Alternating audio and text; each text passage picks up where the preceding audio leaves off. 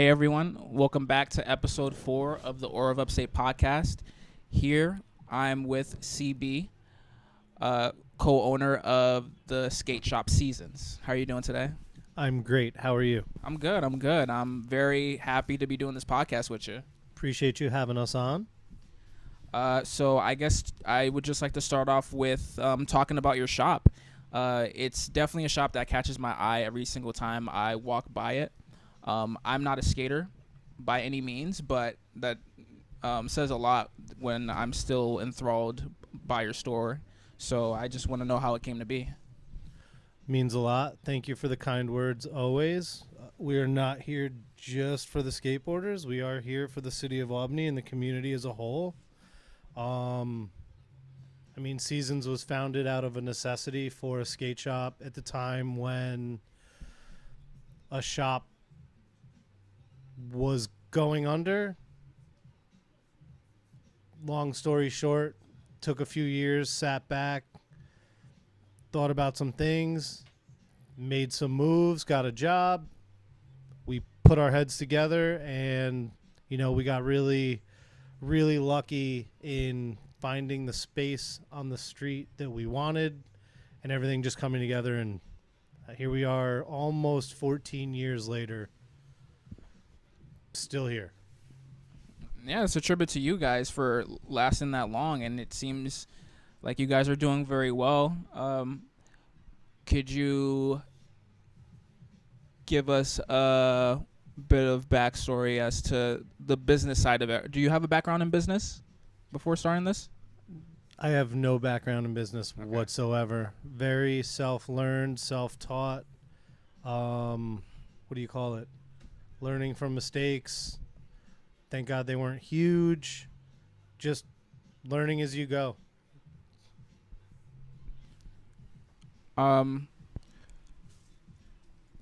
So are there like spots in the area that you can skate around here? I'm really not familiar at all with the skate community here. Yeah, there's a bunch of awesome skate spots in Albany itself. We're pretty centrally located to most of them. We do have an awesome skate park, the Blue Banks, located less than a mile on Madison Avenue in Washington Park. That's completely sanctioned and good to go. That started out as a full-blown just skate spot and people doing like a DIY type like build. And then, the city took recognition, got involved with all that. They granted the space, good to go, gave us a bunch of money. Gave a bunch of money towards it. That's a great spot. And then, we're 3 blocks from the Empire State Plaza, which is the, state capital of Albany. Yeah. Or of the state of New York. In my opinion, it's just the greatest skate spot in the entire state of New York. And if not, like, on the East Coast. Just not quote-unquote sanctioned or allowed, but still fun. Come and go as you please some days maybe not, but it's the best marble world. Like, it's unexplainable unless you're there skating it. Yeah. Definitely. So did you grow up skating? I didn't start skating until I was probably like 14 or 15. I got a board. I got a complete and a pair of Pumas from a friend who wanted some like Carl Kanai jumpsuit that I had that I was over, and I just swapped them and watched all these older dudes in the neighborhood skate and just was like, I'm going to try to do that. And it's stuck, and it's just been ever since. So I've been skating since 94. All right. Yeah. Very seasoned veteran, if you will. So why the name Seasons? That's a good one. I'll let Trev answer that one. Here you go, Trev. Also, Cole. Yeah. We'll segue in here. Let me know. Yeah, we got plenty of room. You got it? Yeah.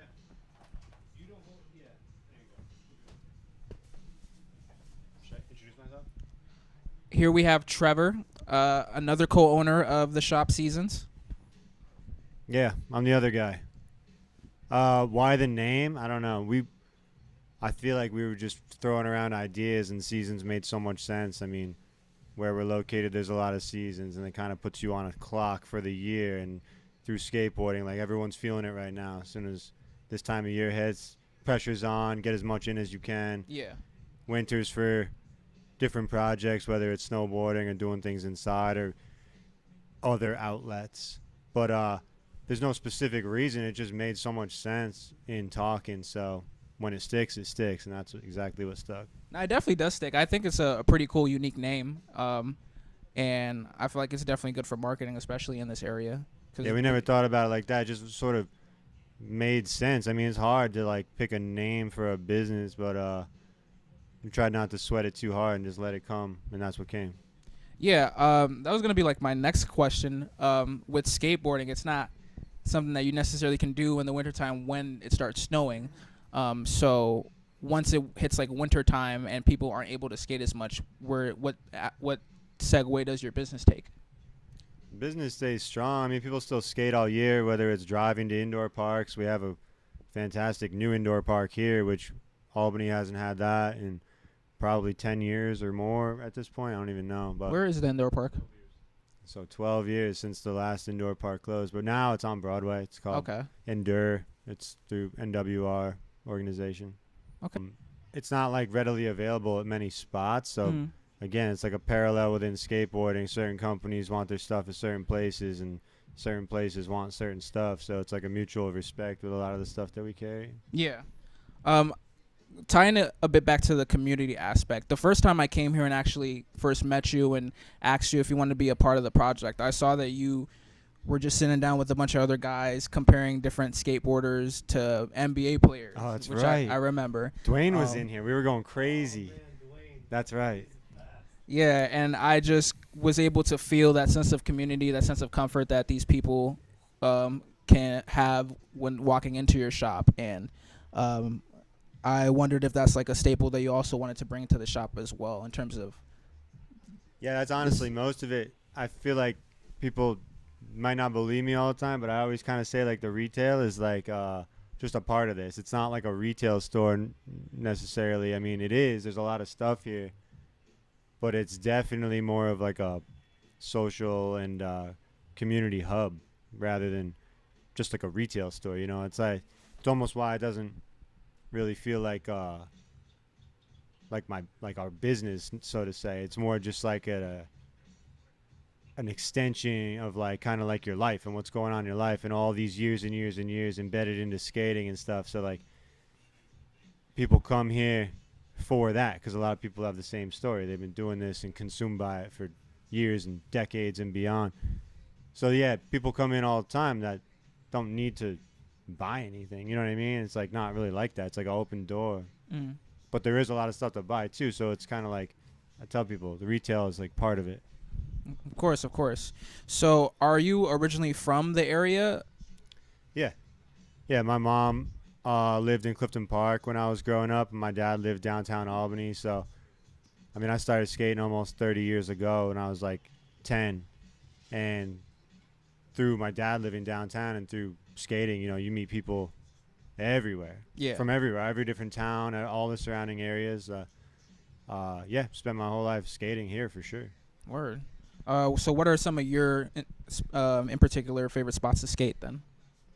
So we're at a cool point right now where skating's kind of like more casual than ever. Skating's more like convenient here than ever because like in the past, you know, there's been a lot of local videos and stuff where if you watch the videos, like 80% of the video is harder to identify because there used to be a lot of searching, a lot of like looking around and creeping around and finding spots in all different areas. But the past few years now, it's been since we have like a public outdoor park. I think that was 2017, and then like Chris was touching on before, we have this world-class marble plaza that's like absolutely unbelievably good for skateboarding, and it's always been super off limits until recently. Now it's been a little bit more relaxed, and no one knows how long that'll last. It might get super off limits again, but for now, we have great, easy spots to skate. So everyone's been taking it because it was never like that here. You had to put in way more work before, and now it's like real relaxed, real fun, real casual. Awesome. So, this is a question for both of you. What is the main goal that you have with the shop? Are you trying to expand the skating community? Are you just trying to grow necessarily as a brand? What's the goal? All right. In the past, people would always ask, like, what made you want to open a shop? Yeah. And I don't think I ever had a good answer for that until recently, because the reason that I personally felt like it was a good idea to open a shop is because I wanted everyone to want to come to Albany. There's like the classic Albany gets a bad rap, and I was always like, no, because we again, this is through the eyes of like skating, and I'm not saying like simple-minded or one-track-minded, but we were all consumed growing up and stuff. So through the eyes of skating, we're like, Albany's amazing. There's a huge scene here and stuff. So yeah, of course, shop helps to grow the community. It's not like the only piece of it or anything by any means, but it definitely helps. Like you were just saying, when you walked in, you felt a sense of community and stuff like that. So that happens all day, every day. That's like part of it. As far as expanding the brand, no. I think that now we get a lot of skate tourism, and I think that was my underlying main goal. I wanted people to come here because we'd always take trips and be welcomed with open arms. And then prior to having this shop, that was happening here quite a bit, and the shop seemed like a major missing link in, having people come here and receive the open arms.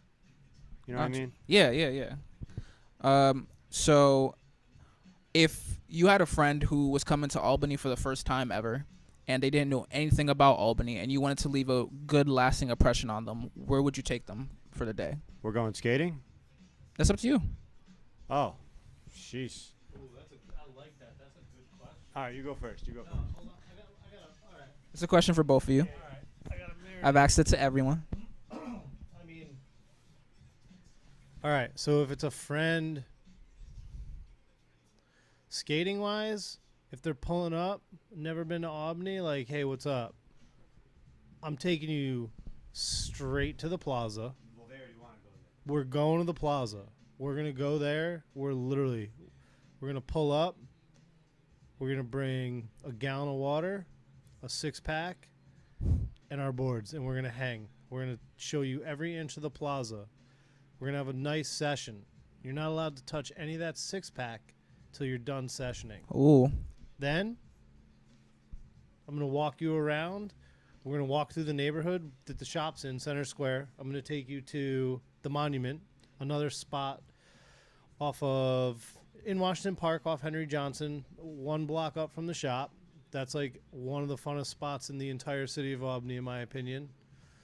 I'm going to take you to the skate park. You got to touch the skate park. It's fun. Great time. Then I'm thinking, like, where are we going after that? Probably going to take you to, like, Dove and Deer. It's a block away from the shop. Maybe we'll have a cocktail there, maybe an appetizer. They have great food. What is Dove and Deer? It's a restaurant. Okay. Great restaurant, great patio, great vibes. Yeah, and I mean, then it's like, all right, what do you want to do? Where do you want to go? Like, what do you want to see? Mm-hmm. But, like, honestly, it's like, I feel like the plaza in itself is like a field trip. You can just get into so much there in itself that it's a day. It's like you can get underneath the concourse. You can see all the art, all the skate spots. The Capitol, if it's during the week, I mean, there are Capitol tours. We could go to the Corning Tower. We could go to the top of the Corning Tower and just take a 360 view of the entire city. The museum is like amazing in itself. There's so much to do just at the plaza itself, which is, I mean, like I said, I love the plaza as a skate spot, but it's like that's the first place we're going. Sounds like a very good day.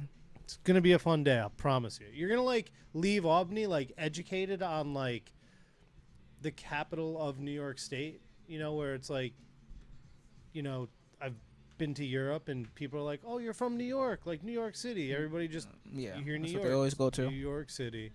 It's like, no, there's so much more than like New York City. It's like Albany, Upstate. Like there's so much here. Like it's a great place to live. People love it here. You know, it's like, yeah, Plaza, everything. Plaza. Plaza. All right, and your answer? Yeah. What does your day sound like? All right. I'm just going to speak out of experience. And Of course. if it's daytime, people need food, right? Need coffee and food. We send people over to Iron Gate, which is right around the corner. We're gonna kind of keep it, close to the skate shop because it depends on what area you're in. There's so much different stuff in different areas of Albany. But you go to Iron Gate, you get yourself a brunch or a breakfast or a lunch and coffee, whatever you need. A lot of times, if there's like bigger crews, I suggest going up to the Co-op, which is, a mile and a half from here, because they have pre-made foods. They have juices and smoothies and stuff like that. But what I was going to say, as far as like wandering around and stuff, the Plaza's a great hangout spot even after you're done skating. Like, people tend to chill there. Obviously in the summer more. Like, you're not going to really hang out outside in the winter all that much. And another thing I realized is that Albany tends to spark people's interest in architecture. People always comment on it, like super old buildings, all these beautiful brownstones.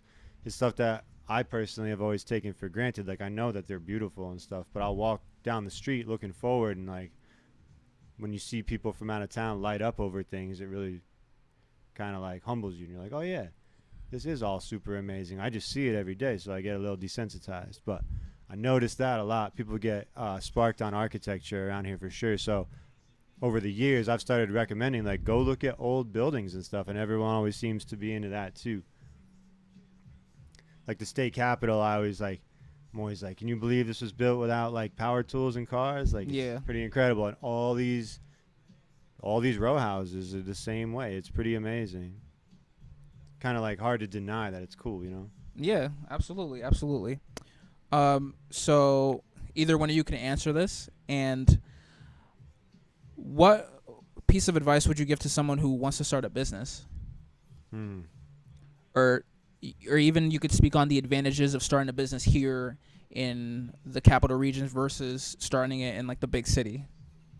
I don't know. I don't have like the best perspective because, like Chris said, we don't have any business background. We just sort of, this is sort of like a business, but it's like a stepping stone business because it's such a part of like integrated like life and culture. Like we like, yeah, we know skating and the skate industry and like, an unnecessary amount in the world of skateboarding. And then it's like when you open a business, 100%. Within that world, yeah, there's business stuff to learn, but really it's just like do what you already do. Like, just work all the time, I mean, work is a weird word, but be all in on it. And like, don't make it like a financially driven thing. Just make it, you want it to look good and do well, and you want people to be comfortable and be happy. And if you just focus on all that stuff, I mean, it doesn't have to be financially driven. Yeah. And it's cool because a lot of people do open businesses that are like a parallel, and you can tell like everyone usually always does super well. I mean, up here it's different. You can kind of like test the waters because you're not, if you're opening a spot in New York City and it's like $30,000-$40,000 rent, I think you might have to know what you're doing. Yeah, it's pretty heavy. Here you kind of like get going, figure it out as you go. Like Chris and I always joke, like we just still to this day, every day we just wing it and do what you got to do, figure out what you got to get done and make sure it gets done. And you're just winging it. Like we don't have a playbook or anything that we go to. Mm-hmm. It's just sort of like a scramble. And if you're down to like spend a lot of time and effort, it'll do all right if you really mean it, for sure, Yeah, like you'll definitely reap the fruits of your labor as long as you put the work in.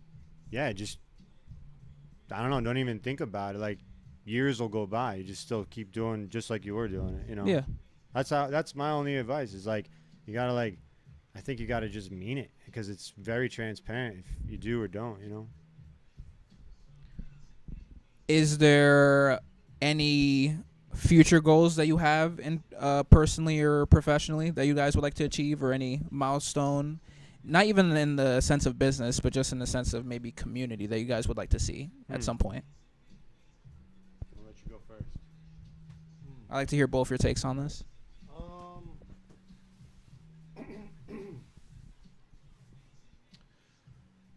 Good question. I think I got fire going. I could take your time. I don't know about future, but I think expanding on what's going on right now, where skateboarding, I mean, it just like traditionally gets a bad rap, and like when you talk about like city officials and trying to, you know, reason with people if you're out skating in the streets and someone's like, you know, you can't do that, whatever. I feel like skating is now hit an age. I don't know. People are kind of, you know, getting older. Maybe like the older people that was like, you know, always stood in the way. I think it's kind of happening right now where Albany's sort of like getting used to like skating not being terrible because, you know, there's real problems to deal with and stuff like that. Yeah. And yeah, I'm sure it's annoying. We're loud, of course. Like, I get it if some people get irritated with it because it's probably annoying. But at the same time, there's like bigger problems, and that's sort of starting to catch on. That was like a main goal of sticking around here and making sure that like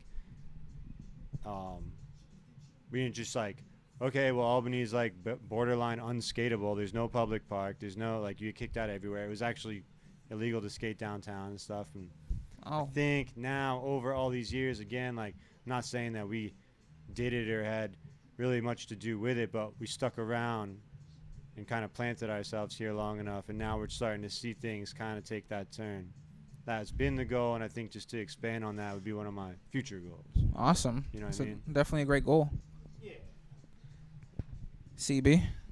Same regard. I mean, honestly, like, wouldn't mind seeing the park get some, like, newer updates, maybe a couple things addressed, fixed, like cracks in the ground, et cetera, and honestly, like, maybe just like a secondary park. Like, they do so much down by the river.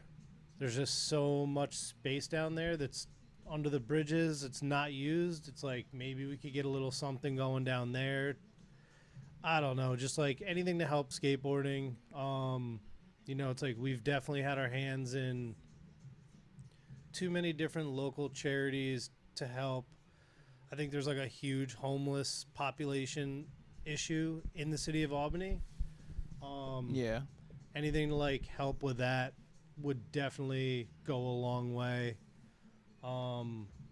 Yeah, I mean, anything just to like help the skate community, but also it's like the skate community supporting us is also just like helping the community as a whole, whether they know it or not. You know, it gives us like almost like a pedestal to stand on to be like, hey, like, we're here for you, but like we're also here for like somebody who might not be able to do it for themselves by doing this. So hopefully like more to that. And then, like I said, maybe some updates to the skate park and maybe like another skate park. Like, why not? Everybody skates these days. Mhm. Period. The end. Of course. Okay, for my final question, what was each of your guys' favorite skateboards that you've had over the course of your lives, and what happened to it? Or if you still have it. I don't want to say like favorite skateboard. Like, I have like a favorite shape skating wise. I mean, Shape? it's still produced, so I can get it whenever I want. I will say that my favorite skate graphic all time is the Jim T Hanging Klansman. It's come out in multiple like reissues, and it's just like to me it's a timeless graphic. It speaks miles for the times. I have almost every iteration of it except for the original. And we just did a show. We co-hosted a show with Decade, and I saw the original Jim T Hanging Klansman board on the wall, first time ever, like in the flesh. And I'll just to this day, I'm like, I went up to it and just drooled at it. It's the one that I want. It's the one that's like, you're never going to find it. There's probably 3 in existence. But that to me is like, it just like got me hooked. Like I just know to this day, it's like, I love that board. And yeah, that's it. Pretty easy one. It came Awesome. out like 91 or something. It was like, 90. I honestly it was like right when graphics were like coming off of football shapes. Because it was it was a football shape. It was when graphics were like, companies were starting to really press the envelope with like, what can we get away with? Yeah. Or what can we do that we shouldn't do? And I mean, this board is just a picture of literally, it's like a Klansman, like a KKK member, hanging from a tree. I see. And it Okay. It's like a super powerful anti-racist. it's the most, Yeah. in my opinion, to this day, it's the most iconic graphic in all of skateboarding. And it's like, I've bought every iteration of it. I still, to this day, I hunt it every day. If I could find one, I would do anything to own it. I'd probably spend way more than I need to. I get it. I But, definitely get it. it's like that one where you're just like, this is, it's like you love what you do. You're like, Of course. I want that because that's what got me to do it. It was that one. Definitely. Do you have them like hung up at your place? Like where I you do. have them? I actually have a signed guest version of it, of the original professional who it was, Jim Thibaud, and then I have a print of it framed and signed by him as well, like next to each other, like on my wall. Oh, awesome. Yeah. It's like a super iconic graphic from those times. Yeah, I never thought to, nobody back then ever thought to try to possibly buy something and save it. It was like, skateboards have always been the same price, but if you think about it, it's like $50 in 95 just to buy a board and not skate it, just to like, I'm going to put this under my bed and one day it's going to be worth thousands of dollars. Nobody was thinking like that. It wasn't like baseball cards. Yeah. So you're like, $50, I'm buying this thing, I'm skating the shit out of this thing. Like, that's just how it is. Right. It's kind of like me growing up with Pokemon cards. I never ever thought that they would be what they are today, where they have Pokemon cards that are selling for like thousands of dollars. I literally was just talking with somebody about this in the shop yesterday. I wrote all over mine. And I was like, yo, I missed that wave. And I'm just really glad I did, because I would have been the one who was like, I'm buying all these things. Yeah. Like, I just know myself. I'm a hoarder. Mm. I'm like, to this day, I'm like just a hoarder. I'm like, oh, I'll buy that and just like hold on to it. The Pokemon craze, I'm so glad that I missed that. I'd be broke. I'd be broke. All right. Trevor, your favorite board and what happened to it? Okay. I never was like ultra sentimental, and I don't have like collections of stuff, and I'm not a hoarder. Okay.